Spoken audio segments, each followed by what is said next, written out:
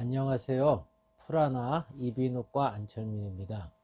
오늘은 목에 힘을 주는 발성을 해서 소리를 낼 때 목이 많이 힘들든가 뻣뻣하다 그러죠. 아프거나 목이 조이는 현상이 올 때, 또 고음이 잘 안 날 때, 그리고 쉽게 이제 목소리가 떨릴 때, 끊길 때, 불안하고 그러면 막 우는 소리가 나고 그러잖아요.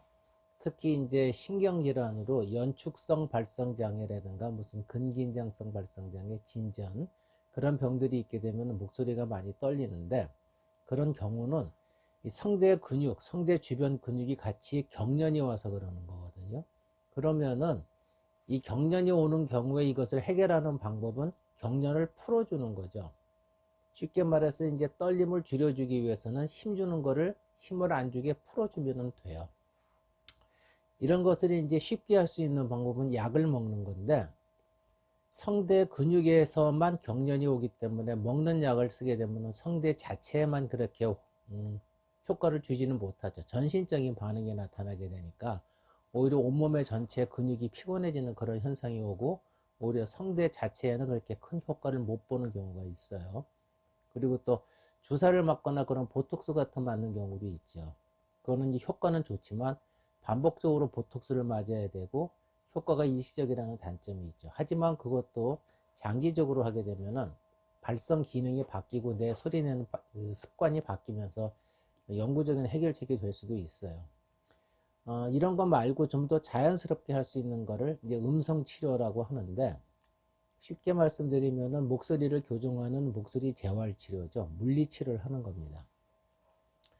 사실 그렇게 썩 효과가 좋지는 않았던 이유가, 이 치료 방법을 정확하게 환자들한테 적용을 해서 환자가 그 방법을 정확히 사용하지 못하고 그 기능을 만들어내지 못하기 때문에 그랬던 게 가장 큰 원인이고요. 또 한 가지는 이제 그걸 시행해 주는 의사 선생님이라든가 뭐 언어 치료사 선생님들이 실제로 그렇게 소리를 내는지 그렇게 하고 있는지를 확인할 수 있는 객관적인 방법이 없기 때문에 환자분이 제대로 하는지를 알 수가 없어요. 소리를 잘 들어보면은 분명히 차이가 나지만 그 소리를 듣고 분석하는 게, 판단하는 게 굉장히 어렵거든요. 아주 경험이 많고 목소리 떨리는 치료를 이렇게 많이 해보셔서 그 소리에 대한 차이를 느끼지 않는 분이 아니면은 쉽게 알 수는 없어요. 그래서 이제 그런 것을 좀 더 객관화하기 위해서 이제 여러 가지 방법을 사용해 보다가 가장 쉬운 방법이 성대를 내린다, 후두를 내린다, 그렇게 소리 내는 거에 대해서 한번 생각을 해보는 거죠. 후두를 내린다고 하는 얘기는 내가 일부러 의도적으로 그렇게 내린다기보다는요, 가만히 있다가 소리를 낼 때 후두가 내려간 상태에서 소리를 내면 되는데, 후두가 내려간 상태라는 것은 힘이 빠져 있다는 얘기예요. 중력이 있잖아요, 지구에는. 그러니까 우리 저 머리에 턱뼈가 붙어 있는 것이, 이게 분리가 되어 있는 것이 근육에 의해서 붙어 있는 거거든요. 턱이나 목에 힘을 빼게 되면은요, 턱이 축 처져 이렇게. 내가 벌리는 게 아니고, 벌리는 건 힘을 주는 거고, 내가 벌리는 게 아니고 힘을 빼면 뺄수록 자꾸 내려갑니다. 이렇게 만화 같은 데 보면 턱이 길게 이렇게 그려놓은 만화 있잖아요. 그런 식으로 자꾸 떨어질 수밖에 없어요. 힘이 빠지면 빠질수록. 근육에 이제 어떤 정도의 힘을 빼지, 탄성이 없어지는 순간까지는 계속해서 이렇게 근육이 떨어지게 되어 있죠. 그 느낌이 바로 중력에 의해서 힘이 빠진다는 건 밑으로 내려간다는 거고, 그걸 후두에 적용을 하게 되면은 후두를 내린다는 얘기가 아니라 후두가 내려간 상태에서 소리를 낸다는 거예요. 내려간 상태라는 게 힘이 빠져 있다는 얘기인 겁니다. 그럼 내려간 상태를 어떻게 만드느냐? 가장 쉬운 방법은 이제 흡기라는 걸 발성하는 거죠. 해보면은 성대가 내려가는, 숨이 들어가니까는 성대가 내려가게 돼요, 저절로. 그 내려간 상태에서 그 위치가 안 변하게 돼서 소리를 낼 때, 그게 바로 후두가 내려간 상태에서 소리를 내는 거고요. 또 한 가지는 호라이라는 방법도 있어요. 하게 되면은요, 후두가 내려가는 걸 느낄 거예요. 후라이란 자체가 성대에 힘이 빠진 상태에서 압박을 주는 거거든요.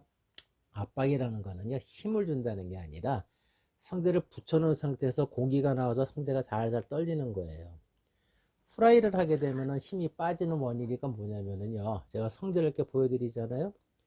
여기 있는 성대를 가까이서 보여드리게 되는데, 요거를 이렇게 열어보면은요, 여기가 이제 우리가 흔히 말하는 성대예요. 이걸 자세히 보시면은 소리를 낼 때 위쪽에서 이 부분을 우리가 주로 관찰을 하게 되는데, 병원에서 성대 보는 보양은 이렇게 보면 위아래가 있단 말이에요. 구조가 위아래에서 아랫부분을 보면은 바깥쪽으로 이렇게 나가 있어요. 소리를 낼 때 가운데서 양쪽에서 붙는데 위쪽은 가운데로 튀어나와 있고 아래쪽이 바깥쪽으로 나와 있거든요. 그러니까는 양쪽 성대가 아래로 내려가서 더 멀리져 있어요. 이 더 멀어져 있는 부분을 더 가까이 붙이려고 한다고 생각을 하시면 돼요. 멀어져 있는 부분을 가까이 붙인다는 얘기는 더 아래쪽에 있는 부분을 붙인다는 얘기인 거고, 더 아래쪽에 있는 부분을 붙인다는 얘기는 후두가 더 힘이 빠져야 그게 가능하게 되는 거예요. 그 사이로 공기가 빠져나오게 되면 가운데 힘이 없으면 이제 밀려나오면서 붙게 되는 거거든요.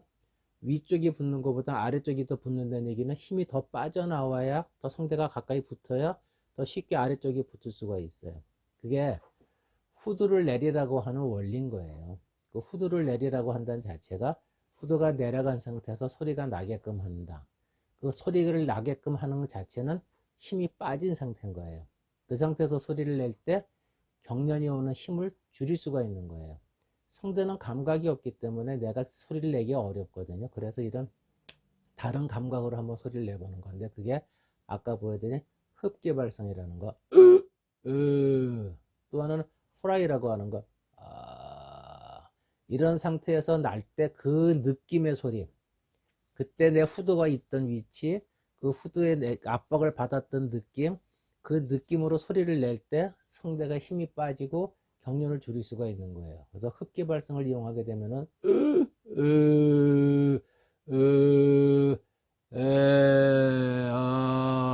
안녕하세요.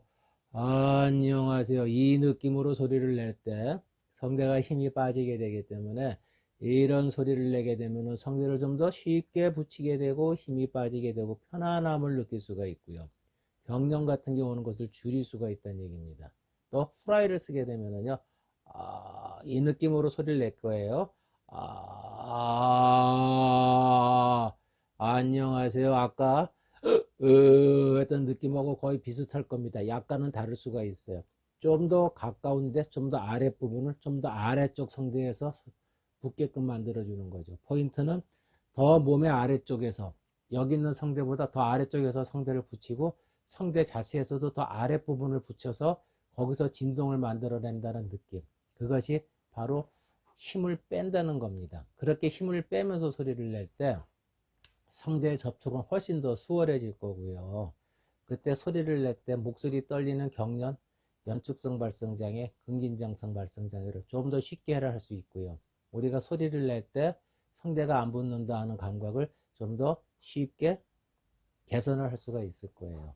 특히 말을 많이 하면 목이 아프다. 흔히 발성통이라 그러죠. 말을 조금만 해도 쉽게 목소리가 쉰다.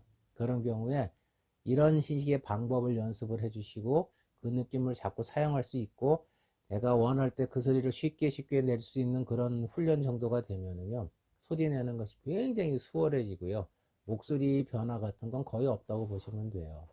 오늘은 목소리가 떨릴 때, 성대에 힘이 들어갈 때 그거를 풀어낼 수 있는 음성 치료 방법, 성대 좀 더 아래쪽을 사용할 수 있는 방법에 왜 효과가 있는지 원리하고 그 방법을 간단히 좀 설명을 해 보였습니다. 감사합니다.